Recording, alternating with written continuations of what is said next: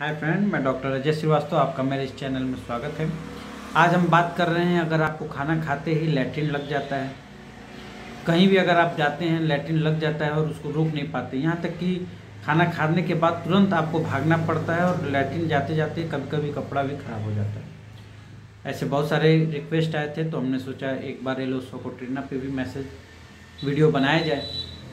तो एलोसोकोट्रिना के बारे में आज हम बात करेंगे कि एलोसोकोट्रिना से आप क्या क्या लाभ ले सकते हैं। अगर आपके पास है ये दवा तो आप इसको कैसे यूज़ कर सकते हैं।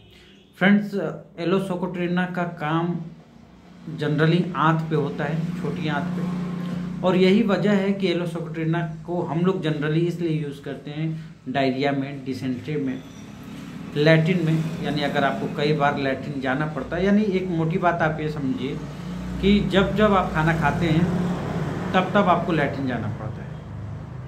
ऐसे कंडीशंस में आपको ये जानकर आश्चर्य होगा कि एलोसोकोट्रिना बहुत ही बेस्ट रिजल्ट देती है। ये बहुत दूर की मेडिसिन नहीं है, ये इंडियन में पाई जाती है। आपने घिकवार का नाम सुना होगा, एलोवेरा का नाम सुना होगा आपने, ये एलोसोकोट्रिना उसी से बनाई जाती है। तो आज हम बात कर रहे हैं एलोसोकोट्रिना की वो क्या क्या सिम्टम्स हैं और किन किन रोगों में आप इसको बहुत बढ़िया से सक्सेसफुली यूज़ कर सकते हैं। तो आशा करते हैं आप पूरा वीडियो देखिएगा। वीडियो अगर आप नए हैं तो वीडियो को लाइक और सब्सक्राइब जरूर करें। फ्रेंड्स, पहले तो मैंने इसको सिम्टम्स आपको बताया है कि अगर आपको खाना खाते ही लैट्रिन जाना पड़ता है।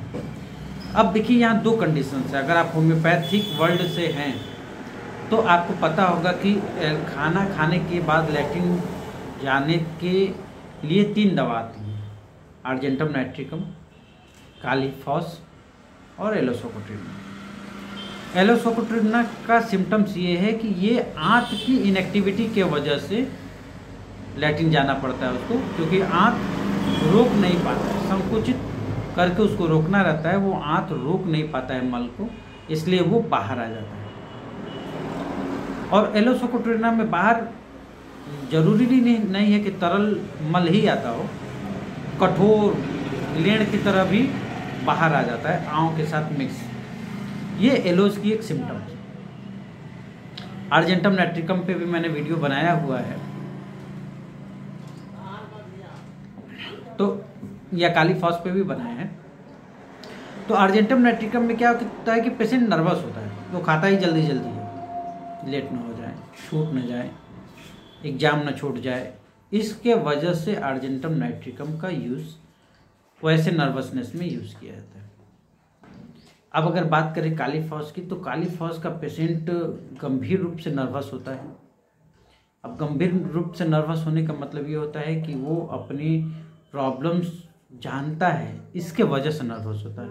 मुझे ये बीमारी है, कहीं ऐसा कुछ हो न जाए, कहीं ज़्यादा खा लेने से वहाँ जाएंगे तो लैट्रिन न लग जाए। इस नर्वसनेस के वजह से कालीफॉस खाना खाने के बाद ही लैट्रिन जाना शुरू कर देते हैं। तो ये तीनों मेडिसिन आपस में एक दूसरे से जुड़े हुए हैं। अगर इन तीनों में कुछ सिम्टम्स आपके साथ मैच कर रहा है तो जो सिम्टम मैच करे वो आप यूज़ करिए। ये कहीं नहीं लिखा है कि डिसेंट्री है तो आप एलोज यूज़ करेंगे, पोडोज यूज़ करेंगे। पोडोज की अलग सिम्टम्स है, एलोज की अलग सिम्टम्स है। और यही एक वजह है फ्रेंड्स कि बहुत सारे लोग मैसेज करते हैं कि बहुत सारी हमने दवाइयाँ पढ़ी, यूट्यूब से देखा और ले लिया, रिस्पांस नहीं मिला। आप ये लाइन ज़रूर बहुत लोगों के माध्यम से सुनते होंगे, बहुत होम्योपैथिक दवा करा लिया, कुछ काम नहीं कर रहा।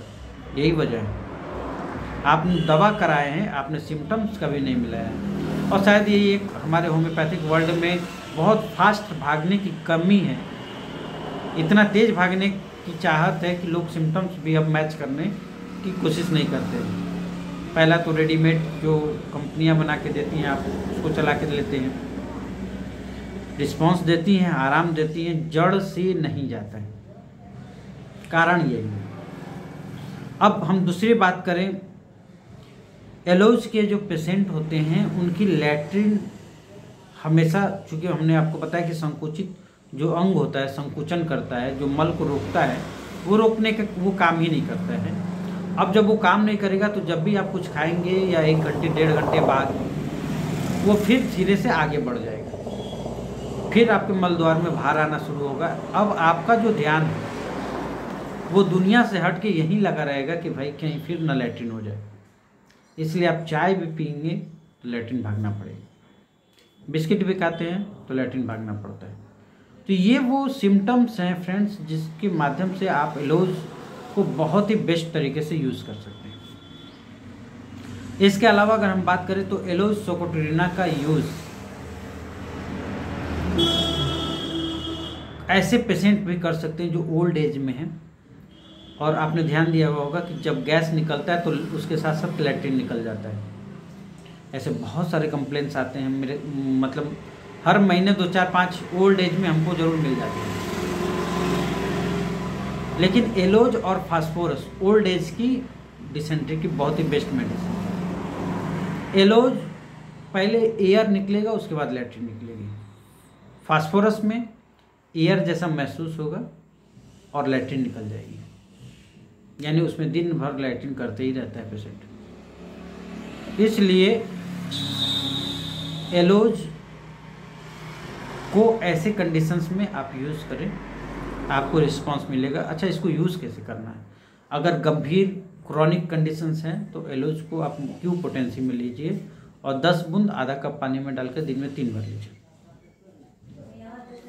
इसके अलावा आंव की बात कर लें, जो आंव आता है, मल निकलता है, तो लैट्रिन के साथ साथ आपका आंव भी निकलना शुरू होता है, वाइट रंग का कलरफुल, और ये स्टूल के साथ मिला हुआ मिक्स रहता है।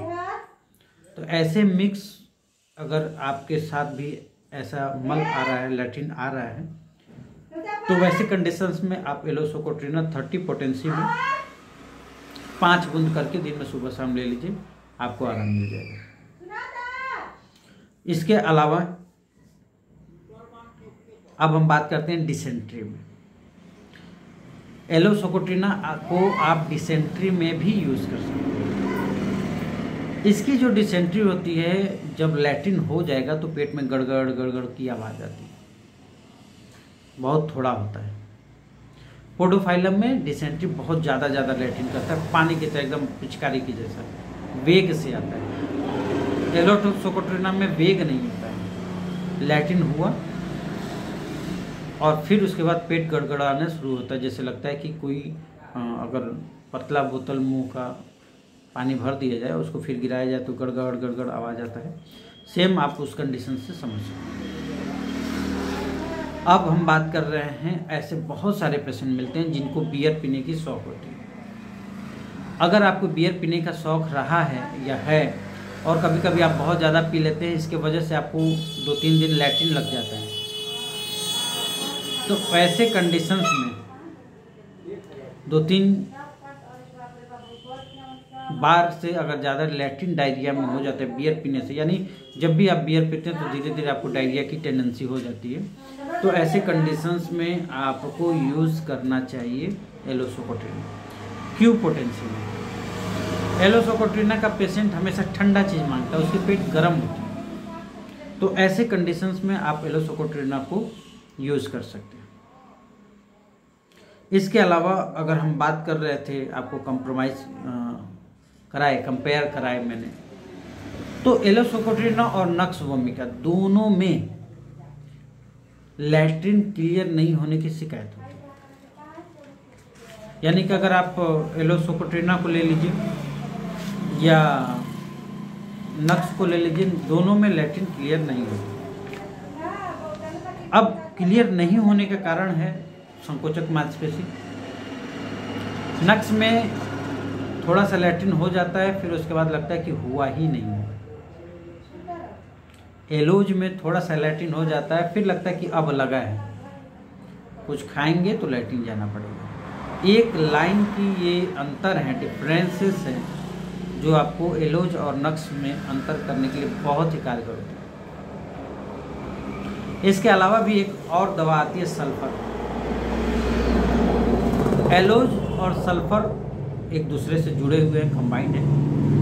कंबाइंड मैंने इसलिए कहा कि जब एलोज की रोग पुराना हो जाता है तो सल्फर में चला जाता है, लेकिन दोनों में मॉर्निंग डायरिया में एक सिम्टम्स है। एलोज में भी उठ के लैट्रिन जाना पड़ता है, भागना पड़ता है, जाते जाते कभी कभी कपड़ा खराब हो जाता है। सल्फ़र में भी उठ के भागना पड़ता है, लेकिन अंतर ये है कि सल्फ़र में सुबह उठ के भागना पड़ता है और येलो सोक में जब खाना खाएगा तब भागना पड़ता है। तो आशा करते हैं आपको ये वीडियो पसंद आएगी। वीडियो को लाइक, सब्सक्राइब, शेयर ज़रूर करें। Thanks a lot.